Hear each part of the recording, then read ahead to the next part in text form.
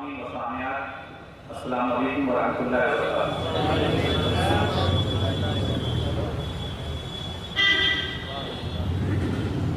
نحمدہ و نصلی علی رسولہ الکریم، اما بعد، قال اللہ تعالی فی القرآن المجید والفرقان الحمید، اعوذ باللہ من الشیطان الرجیم، بسم اللہ الرحمن الرحیم،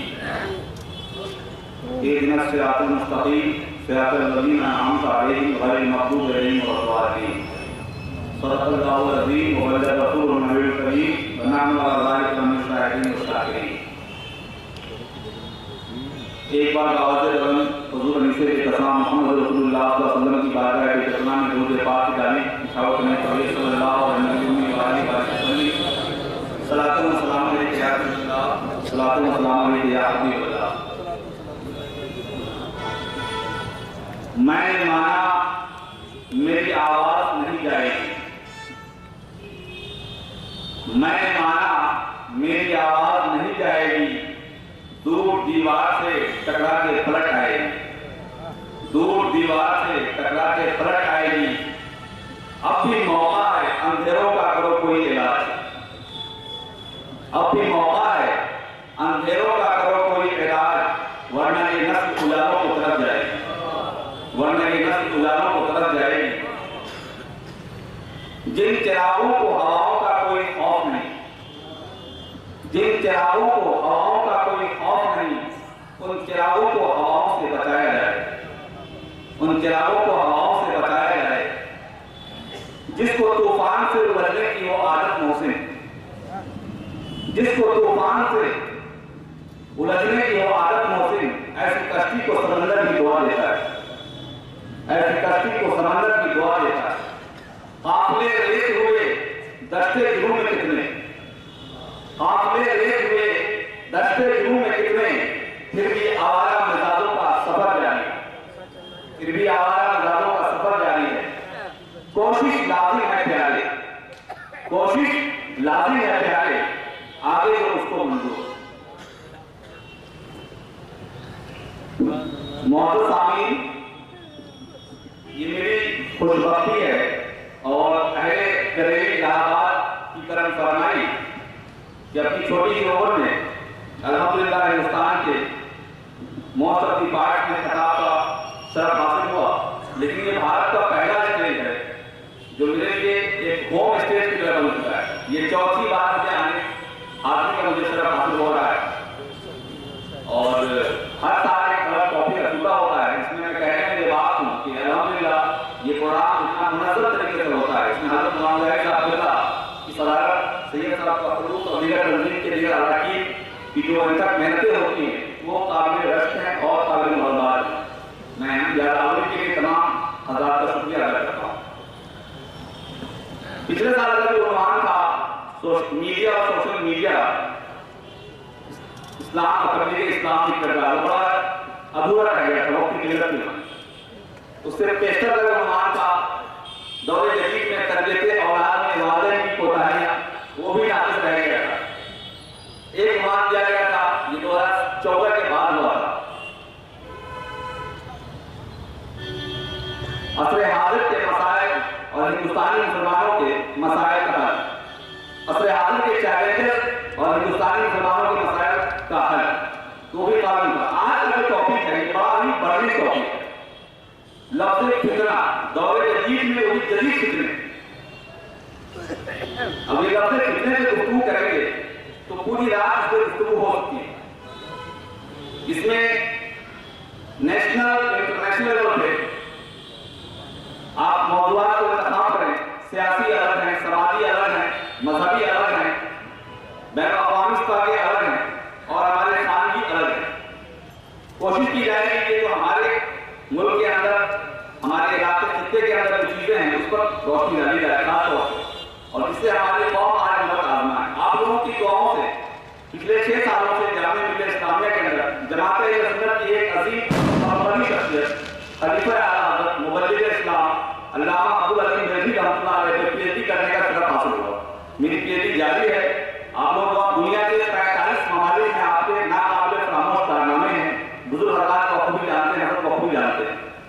اس کو ان کو مطالعہ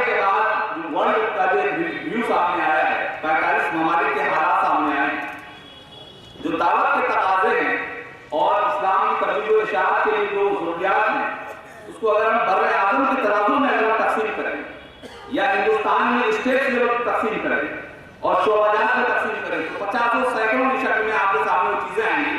تو اس کو فتنے کہنے کے بجائے کیوں کہا جائے کہ دور جدید کے نئے چیلنجز کیا ہیں, ایشوز کیا ہیں, کیونکہ بات ایسی ہے اس کو بتائے گا فتنہ کہیں گے تو لوگ کہیں گے شاید فتنہ کہنا اس کو مناسب نہیں ہے, اس کو چیلنجز کیسے کہے جا سکتے ہیں, وہ سماجی طور پر کیا چیزیں آئیں گی. تو میں اسپیچ کا میرا ایک مزاج ہے جو پوائنٹس کی شکل میں جو اسپیچ میں عام طور پر ہوتا ہے میں پوائنٹ وہاں پر پیش کرتا ہوں. لہٰذا جو بڑھنی ایشوز ہیں اور جس سے ہماری قوم نئی نسل خاص طور سے اس پر جوجھ رہی ہے اور جس پر ہمیں سوچنے کی ضرورت ہے. دیکھیں معذرت کے ساتھ میں بار بار کہتا ہوں کہ تحریر کا میرا پیشہ ہے, میری ضرورت ہے, میری مجبوری ہے.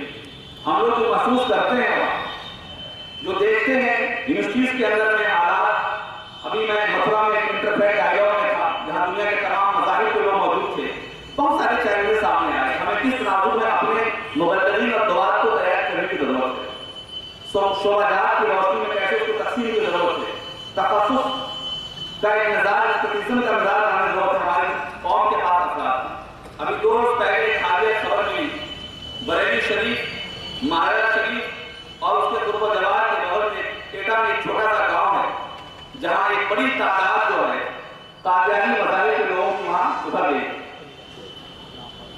تو ہمارے ناک کے نیچے اس طرح کے واقعات اگر ہو رہے ہیں, میں مقدمات میں باندھ رہا ہوں, اس کے بعد کو رسوخ کی جائے گی. ہم ہر سال جلسے کرتے ہیں, ہر روز ہماری محفلیں ہو رہی ہیں. کیا ہو رہا ہے کہ ایسا پروگرام محسوس کریں گے ہماری تنظیم آج جلسے ہو رہے ہیں, ٹھیک ہے شادیاں پروگرام مصروفیت, کیا ہو رہا ہے کہ ہمارے جلسے ضرور سے کریمی طبقہ ہم سے کٹتا چلا جا رہا ہے. کیا وجوہات ہیں کہ ہماری جو نئی نسل ہے, APJ عبدالکلام سابق صدر جمہوریہ ہند نے اپنی کتاب 1905 میں لکھا تھا people should not trust on such a person who not supply themselves. لوگوں کو ایسے شخص سے کوئی امید ہی نہیں کرنی چاہیے, کوئی توقع نہیں کرنی چاہیے جو اپنے آپ سے مطمئن ہو. ایک شخص ایک ڈاکٹر ہے, وہ ایک انجینئر کو دیکھتا ہے کہ میں ایک ڈاکٹر ہوں لیکن میں اتنا خوش نہیں ہوں, انجینئر بہت خوش ہے. اور انجینئر ایک عالم کو دیکھتا ہے کہ میں اتنا پیسہ کماتا ہوں لیکن میں اتنا خوش نہیں رہتا ہوں, وہاں سے 5,000 کماتے ہیں پھر بھی وہ جو ہے نا پانی لے کر کے اور سفید رومال لے کے لگاتے ہیں. تو ایسا شخص اپنے شعبے میں کوئی خاص نہیں کر سکتا, اس لیے خود کنفیوز ہے. جو خود کنفیوز ہوگا تو دوسروں کو کیا سمجھائے. اس کو دوسرے نام میں یہ لیں کہ ہم جس مسلک کو ماننے والے ہیں, جس مذہب کو ماننے والے ہیں, جس قوم کو ماننے والے ہیں, جس تہذیب کو ماننے والے ہیں, جس خطے میں رہتے ہیں, جو آبا اجداد کی تاریخی وراثت ہم لے کے چل رہے ہیں, اگر ہمارا اس پہ ٹرسٹ نہیں ہے, بھروسہ نہیں ہے اور اس کا تاریخی تصور ہمارے پاس علمی طور پہ نہیں ہے, تو ہماری نئی نسل جو ہوتی ہے وہ احساس کمتری کی شکار ہوتی ہے. میں معذرت کے ساتھ اس وقت ہماری نسل کے اندر جو نئی نسل ہے خاص کر مذہبی طور, ابھی میں 1 مہینے کے ساؤتھ افریقہ کے دورے سے واپس آیا. ساؤتھ افریقہ کے اندر میں ایسے سینکڑوں ادارے, احمد دیدات کا نام سنا ہوگا آپ نے, بہت بڑا کام اسٹیڈی کے خلاف انہوں نے کیا, لیکن وہاں 80% ایسے ادارے جو علامہ عبدالعلی میٹھی رحمۃ اللہ علیہ نے قائم کیے ہیں, وہ ادارے ہمارے ہاتھوں سے نکل چکے ہیں. 80% ادارے ہمارے پاس نہیں. اب اس کی وجہ کیا ہے, میں ایسے ہوٹلوں میں ٹھہرا, مجھے انٹرویو کرنے تھے لوگوں کے کہ تاکہ کوئی بھی شخص آ سکے, وہ اس میں بلینئر لوگ ہیں, بڑے بڑے لوگ ہیں, پیسے والے, پڑھے لکھے, ہائی ایجوکیٹڈ ہیں. ان سے میں نے پوچھا آج یہ علامہ عبد الصدیقی کے نام کو جان دینے کو تیار ہیں, ان کے ساتھ علامہ شاہ الولی کے نام کو بھر بیٹھنے کو تیار ہیں, ان کے داماد ڈاکٹر محمد انصاری کے لیے جان نشاور کرتے ہیں, لیکن ہمارے جو موجودہ لوگ ہیں ان سے آپ کیوں کٹ آف ہو گئے. تو وہ ہماری کوتاہی کہاں ہو رہی ہے, اس پہ غور کرنے کی ضرورت ہے. بچوں کو ہم کوستے ہیں آج یونیورسٹیز کے اندر میں جو ایک جدیدیت کے نام پہ ہمارے جو مخلوق تعلیم جو ہے, مخلوق تعلیم کے تناظر میں یونیورسٹیز کی شکل میں آج باہر آ رہے ہیں. ایسے بچے آج سے 25 سال پہلے پڑھنے کا وہ مزاج نہیں تھا, بہت کم لوگ پڑھایا کرتے تھے, اور چند بھیجا. اب چاہے غریب انسان کی وہ بھی اپنی بچیوں کو اعلیٰ یونیورسٹیز میں بھیج رہے ہیں. آپ کے بچے یا آپ کی بچیاں, میں اپنی آنکھوں سے وہ دیکھ رہا ہوں, کیونکہ آپ گھر میں تربیت دیتے ہیں, اپنے عقائد نظریات کو سمجھا دیتے ہیں, لیکن جب وہ یونیورسٹیز میں جا رہے ہیں, آزاد فضاؤں میں جا رہے ہیں, میڈیکل انجینئرنگ سائنس پڑھنے کے لیے جا رہے ہیں, تو وہاں ایسے لوگوں سے ان کا سابقہ پڑ رہا ہے جو اس کی ذہن سازی ایسی کر رہے ہیں کہ 10 سال کے بعد وہ آ رہا ہے, لڑکا آپ کا انجینئر تو ہو گیا, لڑکی آپ کی IAS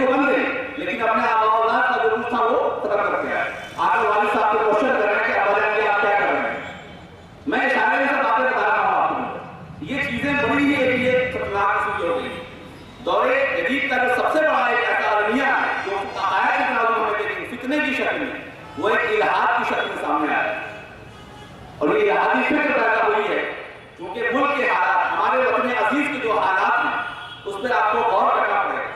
تاریخ پہ دیکھیں گے آپ، عباسی پیریڈ سے لے کے امویہ پیریڈ ہمارا گولڈن پیریڈ کا ایسا نہیں ہے، گھبرانے کی ضرورت نہیں۔ یقین مانیے اسلام جو سانحہ کربلا کے بعد، سانحہ بغداد کے بعد، سقوط بغداد کے بعد، سقوط اسپین کے بعد اور 1857 کے بعد جنگ آزادی کے بعد بھارت میں موجود تھا، وہ انشاءاللہ آگے بھی موجود رہے گا۔ علامہ قلم صدیقی سے جب جان بڑھانا صاحب کا پیدا ہوا، انہوں نے کہا تھا I love Islam but I hate Muslims because I don't follow Islam properly۔ میں تو اسلام سے محبت کرتا ہوں لیکن میں مسلمانوں سے نفرت کرتا ہوں، کیوں؟ because I don't follow Islam properly، اس لیے وہ اسلام properly فالو نہیں کرتے۔ کیا وجوہات؟ ہم اپنے گھریلو بات میں کریں، ابھی اعلیٰ حضرت حضور اعلیٰ حضرت کا عرس ہوا، میں نے اس میں ایک آرٹیکل لکھا تھا کہ حضور اعلیٰ حضرت کی بارگاہ میں 101ویں سال پر ان کی بارگاہ میں سب سے اچھا خراج عقیدت یہ ہوگا کہ ان کے جو فتاوے ہیں، ان کی جو تعلیمات ہیں، ان کی عملی اور اصلی تفسیر کی جائے۔ اب اس پر آپ گفتگو ہم کریں گے، یہ کیا اس سے بڑا فتنہ کوئی ہو سکتا ہے کہ ہم اعلیٰ حضرت کے نام پہ جان نچھاور کرنے کو تیار ہیں لیکن ان کے فتاوے کی جو روزی روزانہ ہم کر رہے ہوں؟ اعلیٰ حضرت کے فتاوے کی بے حرمتی روزانہ ہم کر رہے ہوں؟ میں کھلے الفاظ میں باتیں نہیں، آپ سمجھ سکتے ہیں، آپ خاص 5-6 ایسے مسائل ہیں جو اس وقت پوری جماعت کو جکڑ رکھا ہوا ہے، اس کو اگر میں ایک مہذب لفظوں سے باہر نکل بھی کہا جائے، ایک ایسا مافیا گروپ نے اس کو ہائی جیک کر رکھا ہوا ہے، اس کے خلاف اقدام کریں آپ تو فتاووں کی بوچھان لگ جاتی ہے۔ تو اعلیٰ حضرت کے جو فتاوے ہیں یہ جماعت کس طرح پر آئے، پڑھا لکھا طبقہ ہمارے یہاں سے کٹ آف ہو رہا ہے، اس کی وجہ کیا ہے؟ چاہے وہ مزارات خواتین کی حاضری کے تعلق سے مسئلہ ہو، چاہے وہ تعزیہ کے تعلق سے مسئلہ ہو، چاہے آج قوالی اور مدنی کے نام پر جو دیگر غیر شرعی حرکات سکتا، میں شرعی کی بات نہیں کر رہا، غیر شرعی حرکات کی جاتی ہے، وہ جو فتاوی کی شکل میں اس پر ہم عمل نہیں کر پا رہے ہیں، تو کیا وہ سماجی طور پر اس کی حیثیت کیا بتا رہی؟ تو یہ کئی پوائنٹس ہیں ہمارے سامنے میں، اس پر ہم کو غور کرنا پڑے گا، لیکن سب سے سر فہرست یہ الہادی جو مزاج بن رہا ہے۔ آج میرے پاس جو ایک ڈیٹا موجود ہے ڈیٹا کی آپشن میں، بھارت کے اندر میں ایک بڑی تعداد ایسے نوجوانوں کی ہو گئی ہے جو اس میں شرم محسوس نہیں کرتی کہ وہ اعلیٰ تعلیم کے لیے گھر سے نکل کے گئی ہے یا گیا ہے، لڑکا یا لڑکی، وہ ایک خاص ماحول میں پڑھنے اور پڑھنے کے بعد وہ نہ صرف اپنے نظریات عقائد کو تبدیل کر رہے ہیں بلکہ اپنے مذاہب کو بھی بدل کر کے وہ ایسے مذاہب کو اختیار کرتے ہوئے الہاد کی راہ پہ جا رہے ہیں اور وہ ماں باپ اس کو کچھ نہیں کر سکتے اس لیے کہ وہ قانون کی روح سے وہ غلط امتی میں ہو جاتا ہے۔ اب اس میں ہماری کتنی بڑی ذمہ داری ہے ہمارے اہل خانہ کی، ہم علماء کرام کی اور ان محلے کے ممالک یقین اسٹیٹ سے وہ بلانگ کرنے والے ہیں اور ایسے سینکڑوں کی تعداد آپ کہہ کر میں ناموں کی لسٹ پیش کر سکتا ہوں۔ اس اتنے بڑے عظیم فتنے کو روکنے کے لیے کیا راہ حل ہو رہے ہیں؟ ہم نوجوان نسل کی تربیت کس طرح کر رہے ہیں؟ اس کو مثالوں سے بھی سمجھا جائے۔ یونیورسٹیز میں آپ جائیں گے، ایک طرف ایک لڑکا شراب پی رہا ہے، ایک لڑکی غیر شرعی لباس یا دیگر چیزوں میں وہ ہے، اسی کے ساتھ اس کی ایک دوسری سہیلی اور اس کا ایک ساتھی بھی ہے، وہ بھی ساتھ وہاں ملتا ہے اور یونیورسٹیز میں وہ نظام اسٹارٹ کر نہیں ہوتا ہے کہ آپ کس سے ہو کس سے ہو، اس کو چونکہ اس کی بنیادی تعلیم اتنی اسٹرانگ نہیں ہونے کی وجہ سے وہ سمجھتا ہے کہ جب یہ ایسا کر سکتا ہے تو میں کیوں نہیں کر سکتا۔